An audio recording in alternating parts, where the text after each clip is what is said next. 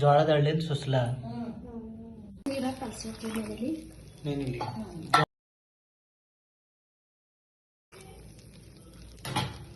ಕಡಿ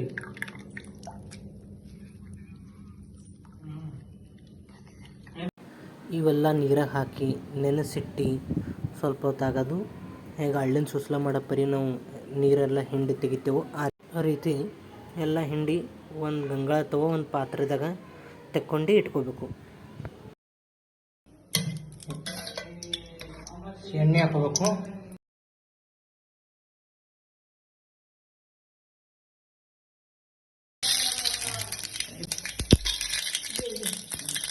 ಜೀರಿಗೆ,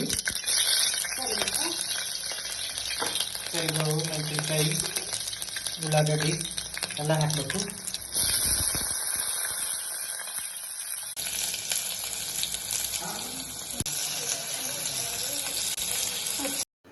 ಒಗ್ಗರಣೆ ಹೇಗೆ ಹಾಕೋತಿರೋ ಟಮಾಟ, ಉಳ್ಳಾಗಡ್ಡಿ, ಜೀರಿಗೆ, ಮೆಣಸಿನ್ಕಾಯಿ ಏನೇನೆಲ್ಲ ಹಾಕಿ ಒಗ್ಗರಣೆ ಹೊಡ್ಕೊಳ್ಳೋದು ಶುರು ಮಾಡಬೇಕು. ಒಗ್ಗರಣೆ ಹೊಡೆದಾದ ನಂತರ ಮಸಾಲ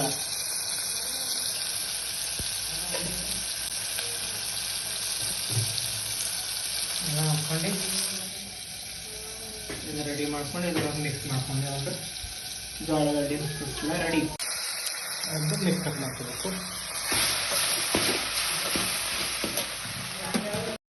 ಮಿಕ್ಸ್ ಮಾಡ್ಕೋತಾ ಅದ್ರಾಗೆಲ್ಲ ನಮ್ದು ಏನು ಒಗ್ಗರಣೆ ಹಾಕಿರ್ತೀವಲ್ಲ ಉಪ್ಪು ಖಾರ ಪೂರ್ತಿ ಎಲ್ಲ ಮೆತ್ತವ ಹಂಗೆ ಪೂರ್ತಿ ಮಿಕ್ಸ್ ಮಾಡಬೇಕು.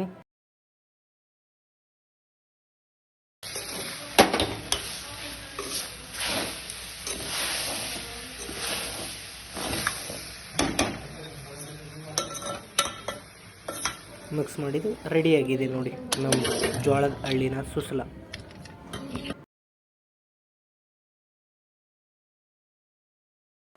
ಈ ಹಳ್ಳಿನ ಸುಸ್ಲ ಮಾಡ್ಕೊಂಡು ತಿನ್ನಿರಿ. ಇವು ಟೇಸ್ಟ್ ಇಷ್ಟು ಭಾರಿ ಹತ್ಲತ್ತವ, ಏಕ್ ನಂಬರ್ ಹತ್ಲತ್ತವ.